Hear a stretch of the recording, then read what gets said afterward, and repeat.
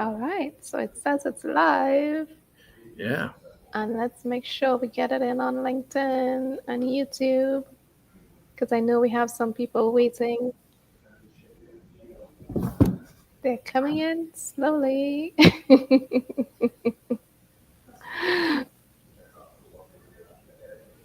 Well, Ahmed just wanted to be the Yeah, first. I know. Definitely. He's always the first for sure. Just want to make sure that he's there and he's ready. Great. Well, that's good that we've got folks that are tuning in and Yeah, continuing to be engaged, and which is always good.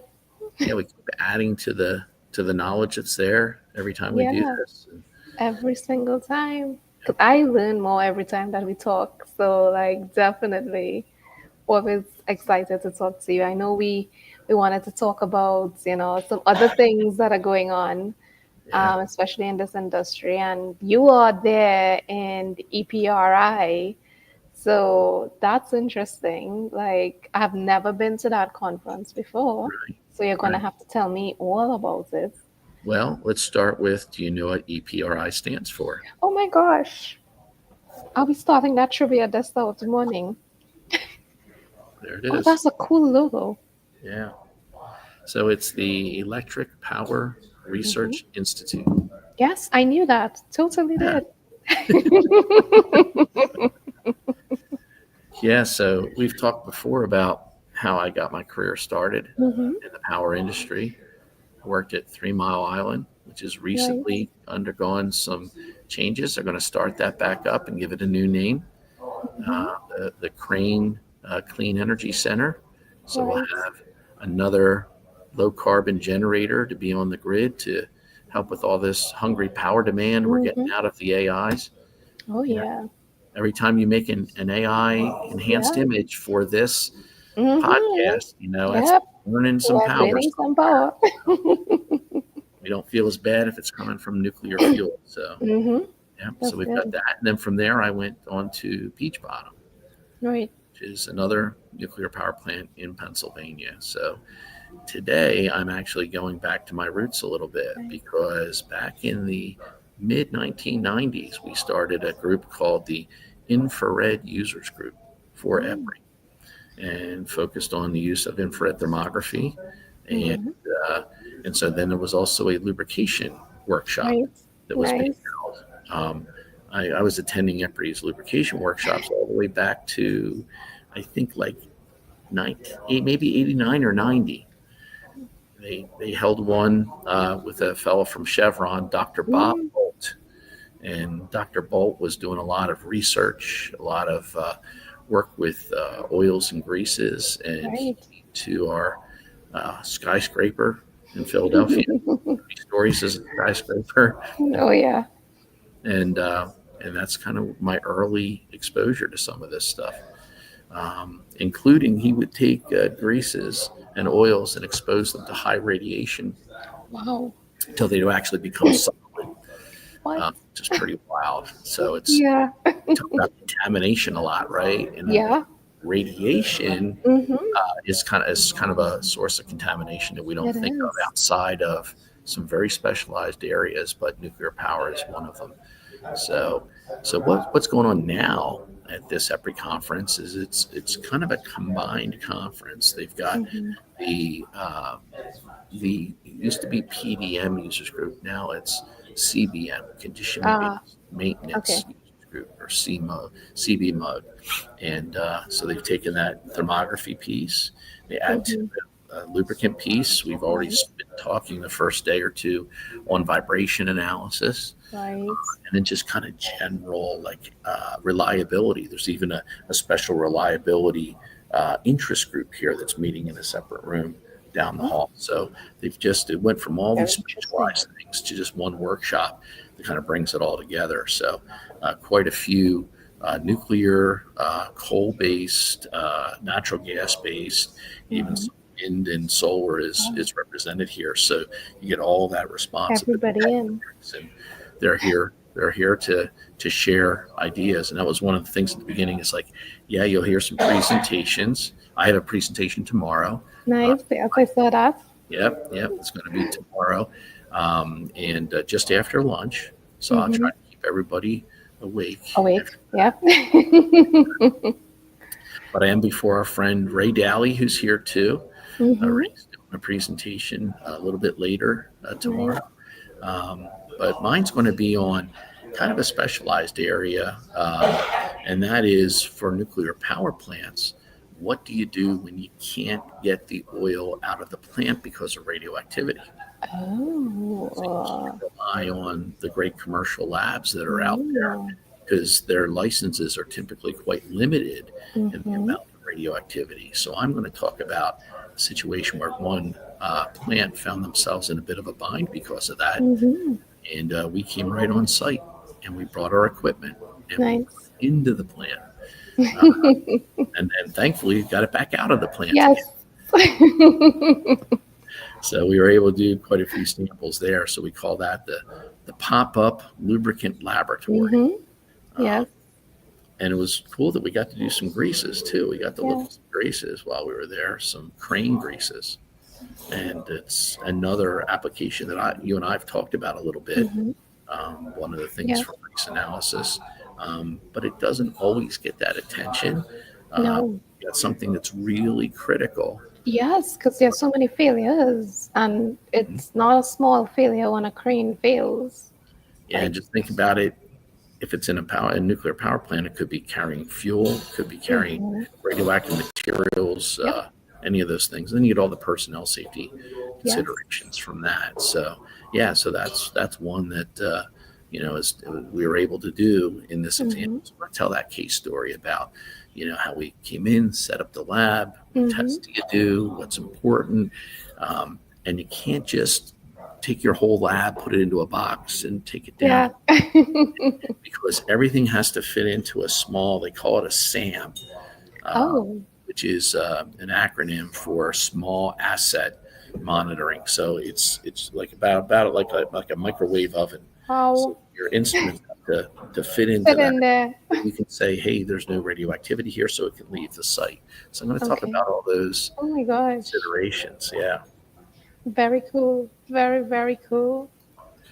And then we're doing a little different marketing here for this crowd specifically. And hmm this is one of the things we're going to talk about, which is the STEM thief.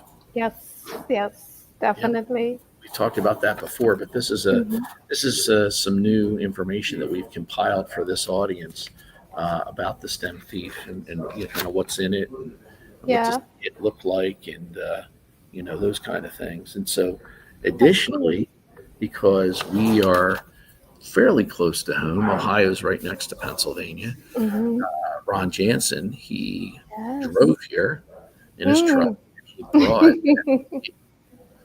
We have one along. Let's see if I can pivot this around. Oh, So there's yeah, uh, we see it. the Wow. blue on the floor there. Yeah, Yep, yep. So on top of bringing it that, all in. there's our buddy Ray Daly in the background. Mm-hmm. Hi, Ray. But yeah, there's our MOV, and it's got a STEM thief plunked right on top of it there. You can Right. see the shiny metal piece sticking up. Mm-hmm. I brought that as kind of a thing to get people's attention. Sometimes it's Yes. just like, hey, is there anything here of interest to me? And when you see a motor operated valve Yes. actuator sitting in the hallway, You're like, yeah, it's quite let's get in amazing. there. But yeah, we're going to be talking about that. We've been working on that, and the real challenge. There you go. There's Ron setting some Ah, other EV up nice. for me. Thank you, Ron. But one of the challenges with the STEM thief is the hmm custom nature of it, Right. where you build it to whatever length. There's really like 6 or 7 measurements that you need to know about each application to get Right. this built so they will fit in. It's got to be, certain length for the length of the stem that sticks up. It's got to have the right diameter. It's got to match up to the pipe threads that are there hmm for the thread protector that you take the place of. And, so we brought all that along and we've been able to speak to a few people who Right. either have responsibility in that area or know who back at their plant is that. But, Right. we started this whole series of Grease Thief Goes to KSA, right? Saudi Mm-hmm. Arabia, and the big market there, if you will, or industry is all around petrochemicals, Yep. and those MOVs are a critical component in Mm-hmm. chemical facilities. So it's good for us to talk about it not only in the power gen application here, but also in some of the other applications where you see these kind of valves. Yeah. Because it's always very helpful because I think sometimes people know that they have the equipment, but they don't know how to actually figure out what's going on the inside of the equipment or Yeah. where to get a sample or how to get a sample. So Yep. I definitely love that you all have a physical one on site so you Yeah. can actually demonstrate it because Yeah. It does make a it doesn't, difference because yeah. I think it's one of the barriers that's there to Mm-hmm. considering grease analysis. Yep. I was in a presentation yesterday that was primarily about vibration Oh. analysis, Mm-hmm.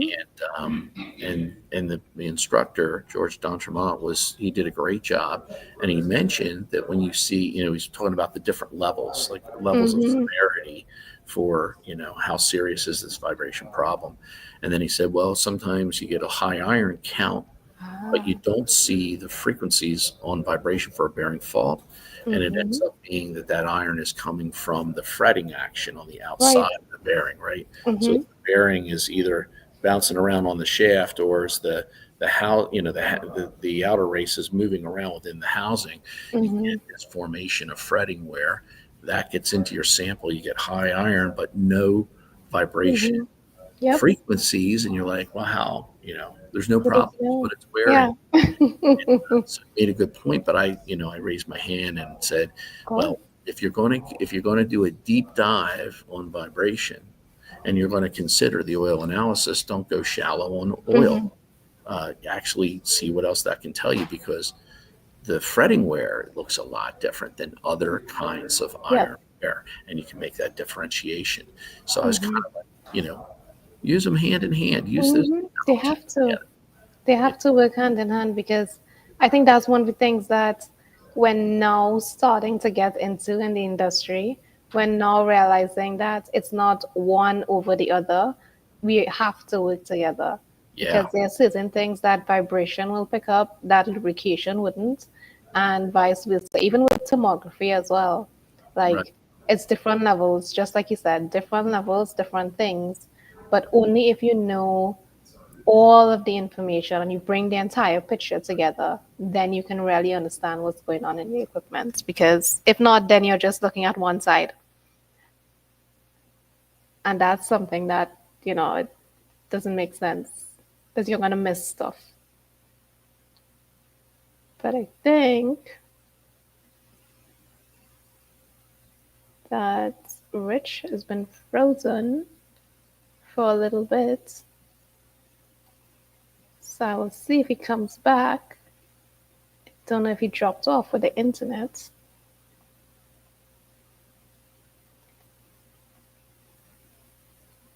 So I will just wait for him to come back. But when you're talking about the different types of technologies, you have to use them hand in hand. And it's something that we're seeing in the oil industry as well, in terms of definitely with different things going on and different things happening. Vibration can tell you about what's going on your shaft and what's going on the inside of your equipment, but lubrication can also help you as well because it gives you some more information on what is going on in terms of the oil analysis, if you have any sort of wear happening. So those are things that you definitely want to pay attention to. So I think we lost you for a little bit there, Rich, but Yeah, I think it was glad you kind of came back. weird. Oh, you know what it might be? It might be that the I'm connecting. I don't know. Lost the connection here at the hotel. Um, Yes, that's but anyway, probably, yeah, yeah, that's probably what we, happened. we kept it going there and kept talking about that. And the interesting thing is, when I pointed that out, someone Hmm. else in the room said, "Well, most of the bearings we're looking at are grease lubricated, and Ah, how in the world are you going to get a representative sample?" yes. And I'm like, hello, I was to like, "How me. much time you got? An hour? 2 hours?" And it just underscores the idea Hmm. that even folks who are advanced when it comes to equipment monitoring, there's still a lot of folks that haven't Mm-hmm. heard about grease analysis or don't Yep. know that there are solutions. So we've got to keep Yeah. evangelizing and getting the message out, and being in these forums Mm-hmm. where smart folks are getting together to talk about machinery failures and reliability and so forth. So this is a good setting for that too. It is. It is. And I know that Howard Penrose is there as well. So He's I know there. Yeah, he's here. Yep. he handles everything with the motor current analysis as well. And Yep. that's another area that we also have to look at because you have to look at everything together. And that's the only way you'd really get, you know, making sure that you have the actual condition of the equipment because otherwise you're just really looking at one side of the picture. Yeah, and I was talking to one of the attendees earlier today about Mm-hmm. crane applications, Oh, mm-hmm. and he was talking about and we're talking to Howard, and Howard is doing, because you think about it, like how do I get to the Yes. crane motor? Sometimes way up in the air, and it's not easily accessible and a little hazardous to get to it. And he's Mm-hmm. testing everything down at the motor centers, so Right. there's a different way of monitoring that needs to be thought of, as well as the other technologies that are available. So absolutely, Oh, it's yeah. really something to keep in mind. We just got to keep beating that drum and driving that message home for sure. Yeah. Yeah. Yeah, Because, like, we need people to be more aware. And we know people are aware of oil analysis and they know what it can do. But when it comes to grease, people get a little bit sticky and, a yeah. little bit. You know what? I'm going to show. Yeah, I'm going to see if you've seen this before. Okay. This is a demonstration thing that I have Wow. for the StemThief. Does it look familiar at all? It does look familiar. We did an episode on this when you had another conference and you were doing a demo of it. So I vaguely remember parts of it. Yeah. Well, I've been using this to demo while we're here, and you can Mm-hmm. kind of see there's the stem Right. inside there, and then down at the bottom here, I think I got to turn this Yeah. the other way. Now at the bottom here is our stem nut. Now it's Right. usually a brass or bronze material, but Mm-hmm. this is the clear plastic one that we've used. And I've just been showing people how the StemThief is just going to make Yeah. that connection, make that sealed chamber all the way through. Right. Then you add grease here. So it's really primarily a lubrication tool. Like, how do I get Mm-hmm. grease where it's hard to get after Yes. it's been installed? But then, secondly, like you were pointing out, when you start pumping grease in here, what comes out the other end, down here at the Mm-hmm. bottom, is going to be the sample of what was in Yep. that location. So it really helps. It really puts you in a position to be able to, learn a lot, as well Yes. as improve the function. And let's kind of close this loop of going back to Howard, because he and I were talking yesterday about some of the origins of what he's Mm-hmm. doing. Right. And I happen to be involved in the early days of that, because with these motor operated valves that we had in the nuclear power plant, when I first showed up in the mid 90s, early 90s, we were using strain gauges. So the Ah. idea here was like, how do you know if this actuator is seating the valve all the way, or is it coming all the way back and getting out of the way? And you would put the strain gauge on what they call the yoke of the valve. And Oh. as it seats, it's going to stretch that yoke. So the strain gauge will measure the force as the yoke gets stretched as you seat the valve. And that's how they were doing that. But there's a number of problems. They would get knocked off all the time. Yeah. The strain gauges would get damaged, and Mm-hmm. really tough area for that. So yeah, so what they came along with a little bit later, and this was technology was developed at down at Oak Ridge National Labs, the national laboratories that are there. It's very focused on uh, kind of radiation applications and nuclear energy and so forth. But they got this technology that was leased out to a company called Liberty Technologies Mm-hmm. out of the Philadelphia area. And they took this monitoring of the motor current to the MOV. Now, the MOV in many cases is inside maybe a high radiation area or Right. somewhere harder to get to, but you don't really have to. You can go to the MCC, which is in the motor control center, a more accessible area. Mm-hmm. clamp on ammeters on there, put the Yeah. the voltage clamps on as well, and you start to measure that, and you can see all these mechanical issues, Mm-hmm.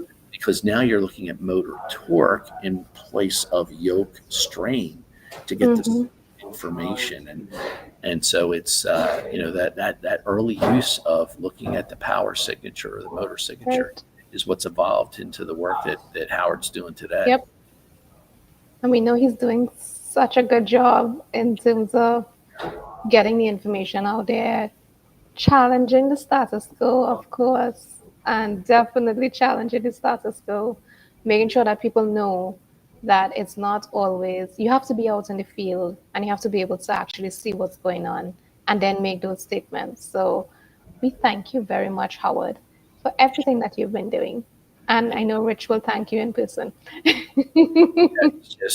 just the guy knows what he's doing, and he's He been doing it does. for a long time, starting in the Navy and the Mm-hmm. contribution he made there, and then till today when he's just continued to follow up on that. It was the Yep. other he said that's the Navy is where he got his motor doc nickname. Yes. One of the Of guys course he did. you really gravitate to these motors. You're like a motor doctor over Oh there. my gosh. Yeah. Yeah. Yeah. Yeah. They know how to give the names though.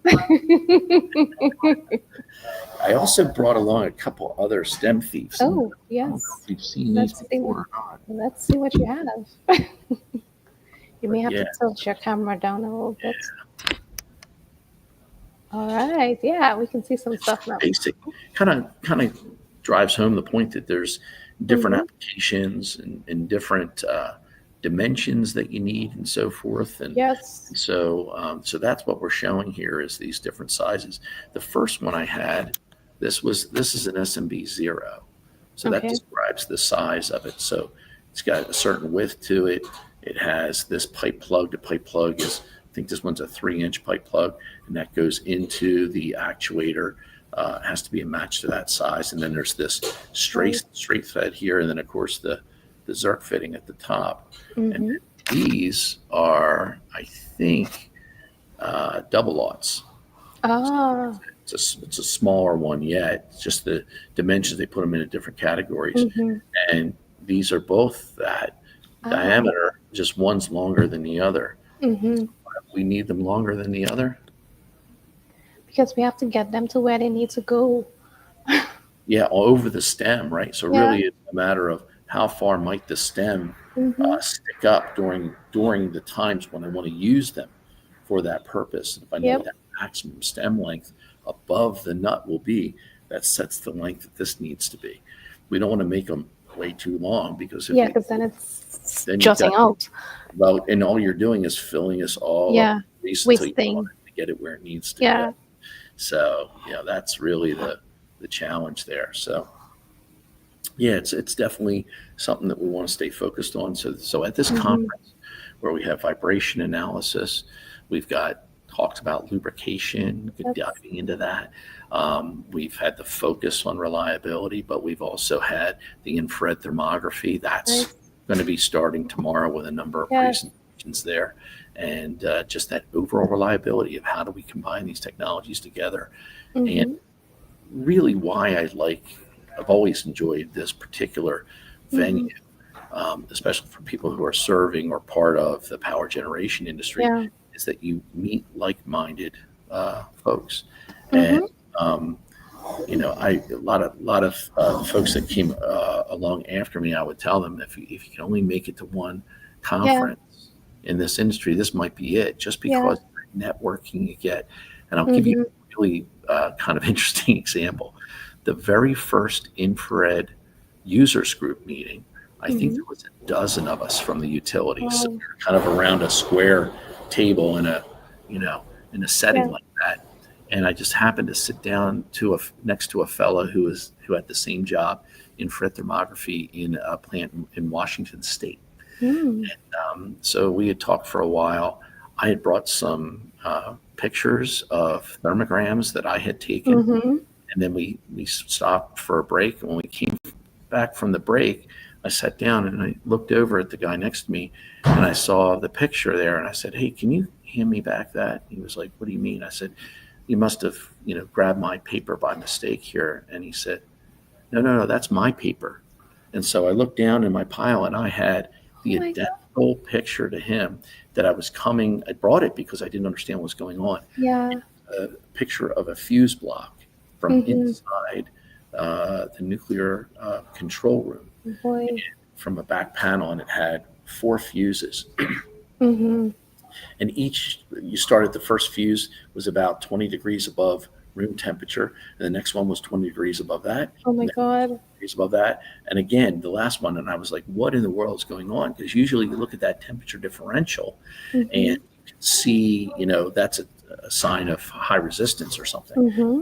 And we brought them, and we both had the identical infrared signature. Wow. Up looking into that and talking to someone who's a component expert, and here they were all slow blow fuses. So they had heating elements inside the fuse designed to heat up with current.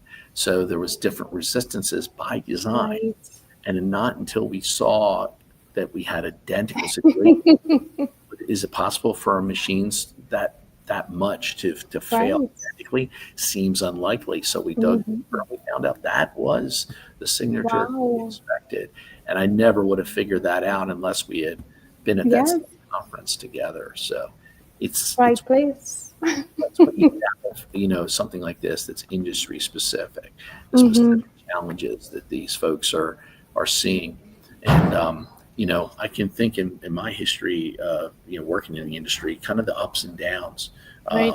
when there seemed to be a lot of investment, and then there's not, and then it's like, oh my gosh, we're actually shutting down nuclear power plants because they're Yeah. not economically competitive. Mm-hmm. And earlier I mentioned the Crane Clean Energy Plant, Yes. which is a turnaround story, and it's one Yeah. of them that are happening where the economics are changing. And do you know what is driving the changing economics of nuclear power? What is? It has to do with AI. Yeah. Oh yeah. They're taking a lot of Yes, right? power, and everybody's moving towards that. So. Yes, AI is a big, and the data centers are being created to Mm-hmm. support that, are big energy users. Huge. So these these companies, these agencies, they want to reduce the carbon footprint of that. Yeah. So they're now coming forward and putting promises to purchase the nuclear power plant outputs so they can take Mm. advantage of the, low carbon Yes. generating that's there. That has turned the corner for TMI, for the Right. Clean Energy Center. So you kind of feel that momentum shift here at this Mm-hmm. conference, and that means that even though they're trying to do more with less, and they're trying to be Mm-hmm. more economical and so forth, but there's definitely some renewed Yes. interest and momentum. And so when I was at this conference the last few years, it was more about, boy, these people have been coming for years and years, and it's like the same characters, and Mm-hmm. just over and over again. This year, at the beginning of the conference yesterday, Ed Hudson, who's one of the EPRI leaders on this, he said, "How many people here is it their first ever Wow. event?" And it was at least half the room. Wow. Yeah, a lot of people, a lot younger than me, just a lot of them for the first time or maybe the second time, and you feel this changing of the guard, this transition Yeah. to an industry that now has more interest, and it's of interest to younger people, Mm-hmm. because now there's this recognition that it's important Yes. to have a component in our energy portfolio that's carbon neutral, Yes. um, and nuclear is one of the fastest way to Mm-hmm. transition, or get this as a strong part of what's out there in the world. So it has a different flavor to it this year. Yes.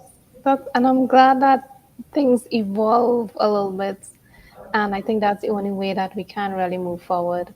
So, helping, and it starts with these conferences, it starts with the conversations, it starts with, getting people to be more aware of what's going on in the industry and really how they could help. because I think that's important as well, what they can Yeah, contribute.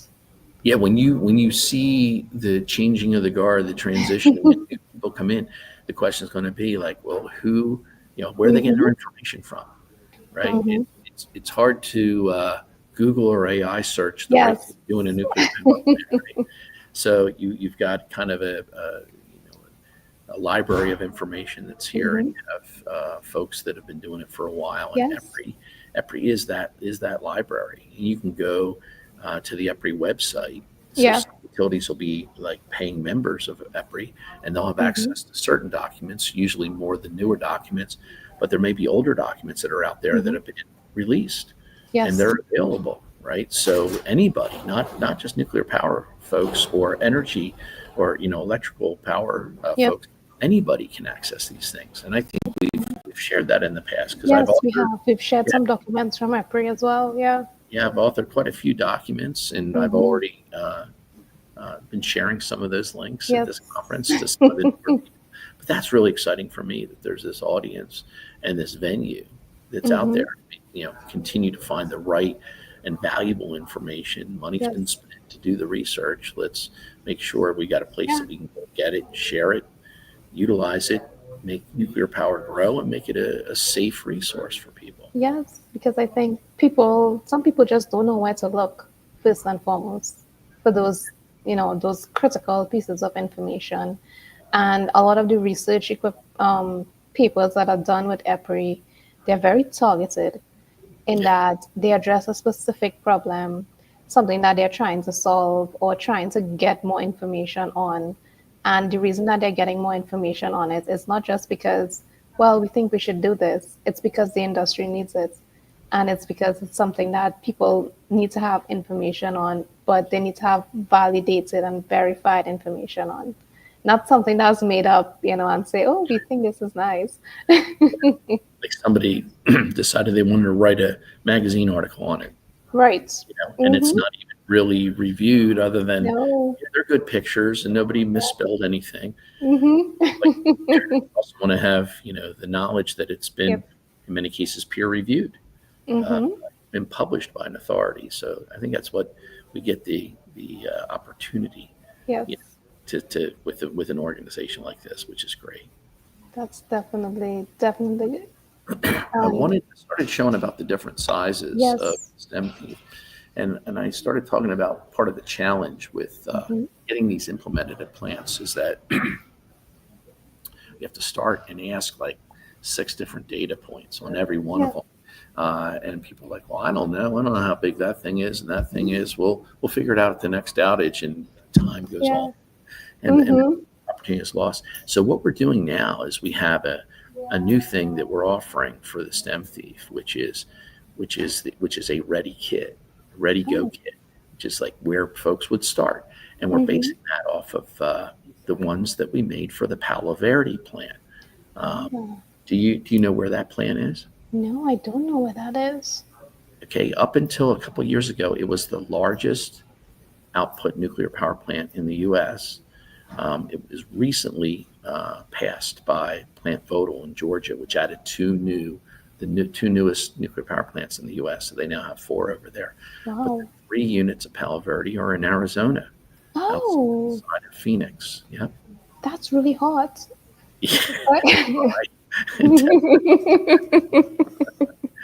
They they actually treat the wastewater of Phoenix to use in the cooling of the reactor, which is Wow. yeah. Okay, that makes sense because I'm like thinking in terms of, the heat and everything else involved in that environment. It's gonna be a lot. It's definitely gonna be a lot. And I think Rich got frozen again, so I don't know if his internet is cutting in and cutting out with the hotel internet. All right, we got you back. Okay, just for a second, that was weird. I don't know Yeah. why that was, Yeah. but yeah, it's you always gotta have the cooling water there. Mm-hmm. And that's how they get that. So, but I Oh, found out yesterday that they have a monsoon season, and I didn't even know that. wow. Yeah, because I That's was interesting. following somebody that does oil analysis, and they were talking about using Carl Fisher and how the water, the moisture levels always spike. And it was a discussion of, now, is it because it's the humidity in the air when the sample's being taken? Mm-hmm. Or is it, the laboratory techniques? Right. Do you have a big shift when that's going on? Mm-hmm. But it might be that's actually changing in the machine, right? Because if you have an extremely dry environment Mm-hmm. year, and then you get this monsoon period, Mm-hmm. Yeah. all that from monitoring wind turbines in Denmark. And Right. we were looking at every month they were taking grease samples, doing the moisture levels, and you could actually see them all moving up together and moving down. And my friend Hans Mueller said, "Oh, Mm-hmm. that's our wet rainy season," and you can actually Right. see that showing up. So, but yeah, something that came up with the folks in Arizona here. So, but yeah, they have implemented, I believe it's 6 of these STEM thieves, and they're Wow. using them on a regular basis. So we're going to use their dimensions as a starting Mm-hmm. point. If someone doesn't know, it's like, well, let's at least get up to speed. Yes. Palo Verde is. Let's use them in the applications that we have in our facility. And then Mm-hmm. we find out that something isn't missing, if it's the wrong diameter, the wrong Yep. length, whatever it happens to be, then we can customize, and we would have that as a follow-up option. So one Which way makes we're trying to sense. get wider acceptance, because this tends to be an industry that once somebody gets a good solution, Mm-hmm. and to look around and say, well, should we be doing that everywhere else? Should we learn Yeah. from each other? Yes. Yes. And you should always learn from each other. Like always, always. And I'm glad that you're using that plant as the baseline and as the example, because a lot of the equipment in that plant may be similar to what other plants have. So it's a good starting point. Yep. Yeah. So that's really good. Yeah, and there'll be exceptions. There'll be Yeah. Oh, somebody will yeah. have like a maintenance Always. history. I've got this valve, or they may have intake valves that are much, much larger than Mm-hmm. might. But hey, the most common one is this size here, Right. this SMB0. It's really the most common. So you make that part of the starting kit, and then stuff that they're using there. So we'll get it out there to folks and see what the response Yeah, is. definitely. Just Yeah, make sure that, and it starts with the awareness, especially yeah, at these conferences. So I love that you have the physical visions that people can play with and make sure that they know and they can actually touch, because I think that makes a lot of the difference to them, because they can easily relate to what they see in their plant or what they have to do on a daily basis. So right. seeing and being able to touch and move it up and down, making sure that it fits, it helps validate and get that in their mind so that they are ready Yeah. when they go back. Do you remember where you go for information on the STEM thief? Gosh, no, I don't. I don't. No. Put it in the chat. Drop it in the chat. Yep. It's just StemThief.com. StemThief.com. Oh, well, that's easy to remember. Easy one, right? Easy one to remember, because Yeah. I know we have Gives degreesteve.com. we So do. yeah, I'm Yeah. glad that we have the StemThief.com as well, so that we can get some more information there. Yeah. People can check that out. It starts with a NRC notice, the Nuclear Mm-hmm. Regulatory Commission, where there have been historically some issues with STEM lubrication Yes. failures. And Mm-hmm. you always want to try to, what am I doing to prevent that? Right. What do I have in my program to make that Mm-hmm. perform better than some of these things we've seen in the past? And it's right there. So, Good. and we've even had did a conference, and see now Ahmed says, please share it with us. Is it not? Did it only go out to? It's, I will drop it on the chat there. Because you could see it, right? Yeah. But Yeah, I saw it, but I think I'm not sure. Oh, he wants more information on the monsoons. That one, that's what we'll have to get some information on that then. I, I, I can't control the weather. That much I know. Yeah, I'm 100% sure I can't control the weather. definitely not yet. So, well, these are some of the things I wanted to share today. Hmm. I don't know if we saw any questions I earlier. didn't see any questions. I know Linda mentioned that she actually knew Bob Bolt, so Well done, Linda. I know you've been in the industry for some time, so definitely. And I know we had Louise from SDT join in as well some time ago, and he's recommending somebody else for them to join too. Oh, good. So, like, I know that will keep in circulation, and we will be sharing these videos afterwards. So, it's always good that, we get the traction and, it's something that people want to know about because I think they're not as aware, with first of all, with grease analysis, how do you get it? Where do you get the sample? And then stuff with the StemThief, because I really like the invention because people are always, sometimes they just get very confused and they don't know where to start with these applications. So, good starting point for them. Yeah, for sure. Yeah. So, yeah, I think we covered some ground here. We Mm-hmm. were able to answer a few Definitely. questions. Um, and just for Ahmed, yeah, that www.stemthief.com, that's Uh-huh. where the equipment is, and that's where you can enter. I'm trying to change the website because right now, um, or before I left for this trip, it was you got to the page and you entered the data, but I was Right. try to get a change where you could say, hit a checkbox and say, just send me the Palo Verde starter Ah, kit. And right. if you hit send me the Palo Verde starter kit, you don't have to have all that data. It all gets grayed out. Right. And then you can Okay. submit that as the request. So if Okay. it's not there now, Ahmed, I think it will be shortly. That was one of the tasks that Baya, my on lab on the to-do intern, list. is working on it.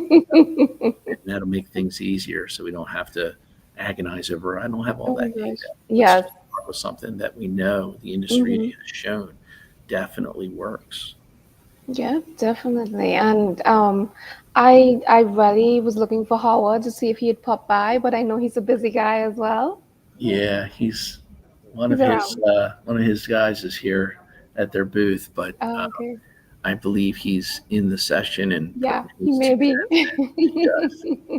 Yeah, it's always a lot of fun. Always, always. And we saw Ray. Ray, you want to kind of join us here quick? Ray Daly from Yeah, Trico. of course. I can't say no to Ray for sure. Yeah. Sure, Ray is always, it's always Hey, good to. how are you? Hi, I am okay. How are you? Good. I was getting on them about you need to send some roadies to us. I do. I definitely do. Next time. To I will do do Okay. that to do the next audio time. visual or Uh, something. yep. It So Ray, sound, what are you guys showing this week from we Trico? have a device been out about a year and a half, but we're proving it more and more. It's a sensor, online sensor that takes in humidity, both the outside and the inside of the containment area, the ambient temperature, and also with the humidity you get moisture and so forth. It also has a little bit of vibration, but it's just a sound vibration Okay. format that if it hears anything, it'll pick it up, and it's continuously online. So the big thing is our software to apply all that and Mm-hmm. seeing it to the customer that they can view it at any time they want or anything like that. So it's been a pretty decent tool, and we're just getting it out in the marketplace now. So we're doing all right in that direction. Nice. What do you So call it? What do you call the tool? Sensei, Sensei. yeah, Oh, that's a nice Japanese, name. you know, background they use in that direction. So yeah, Nice. the I master. like that. Yeah, I Nice. like that name. That's a And it's a cool name. play on words a little bit too. yeah, Sensing, Hmm. yeah. sensing, Sensei. sensei. Yeah. So the Trico Sensei. Uh-oh. Look, Guess what? He's bringing it over. so that Nicely done. The that tool. that's the headspace button, Oh, right? Yeah. And nice. Pretty slick. pretty slick. It works off of Wi-Fi and into the Oh, clouds and so forth. And So what size? You have a thread smart. right on there, right? What is yeah, that? I don't remember the thread A half size. inch, Half maybe? inch, yeah, Looks like a somewhere half around Right. there. inch thread. So Yeah. Seems like it would go into a machine pretty easily then. it should. Yeah. It should. It's catered for all that stuff. So And Sonia, you've seen the Trico Oilers around, I right? They're pretty have. standard Definitely. in yeah, industry. And then he's Always. got an add-on to that too, yeah, right? yeah. We do. We have a cover for it that can tell you whether the oil level's high, low, or medium. And here's what that tool looks like. Oh, Yeah, that's another Sensei package Another sensei. that also downloads and signals Wi-Fi, what's going on. So you can see if you hold it the right way, you're actually looking right through that thing with those Yeah. little Right. windows, Correct. and you're seeing right into the Euler bulb. Yep. Right. So, and then the computer or the sensor basically indicates if that's too low or anything. It would just indicate back to the client that they should basically maintain what's going on. Top it off. Exactly. Or see that it's too low or anything like that. So, Mhm. Nice. Give them those notifications because they're not there all the time. So well, that helps. with less staff, Yeah. more technology, Mhm. everybody's got to come up with different ways to monitor what's going on in these plants. Because the last thing we want is these plants not doing well or blowing up or Yep. anything like that. Nope, we don't That's want the that. worst. That's the worst thing that can happen to Yeah. us. So, That's one area where the sensor development is really going to help us out. Mhm. You know, some machine learning or AI with all the sensor data. It's really where a lot of folks are It looking is. for sure. It is. We need people to read the reports too. yeah. That's important. Good. But thank you for your time. Yeah, sure, Ray. Thank you. What you got going here. All right, thank you. Always good to talk to We got you. it covered for today. Yes. That went well. Of course, Ahmed says hello to Ray. Oh, yeah. He's waving, he's waving off camera. But let's wrap it up. Now, I think in the past we've taken a little vacation in August. I think August is the month that we have Yeah. skipped Mhm. for. And that might not be a bad idea. Give people a breather, do a reset, Mhm. come back with the rebooted September. Mhm. StemThief goes live Yes, in September. Sound definitely. like a plan? That sounds like a plan. So you all All just have to keep tuned. We will be sending out those invites. We will be sending you all the dates and the times for September. And we want to wish you all a good summer. Yeah. Enjoy. Well, it's like summer year round where you live. So It is. It is. we'll have fun. Thanks Yes. to everybody that joined us, and we'll see you in September. Yes, we will see you all soon. Bye. Bye now.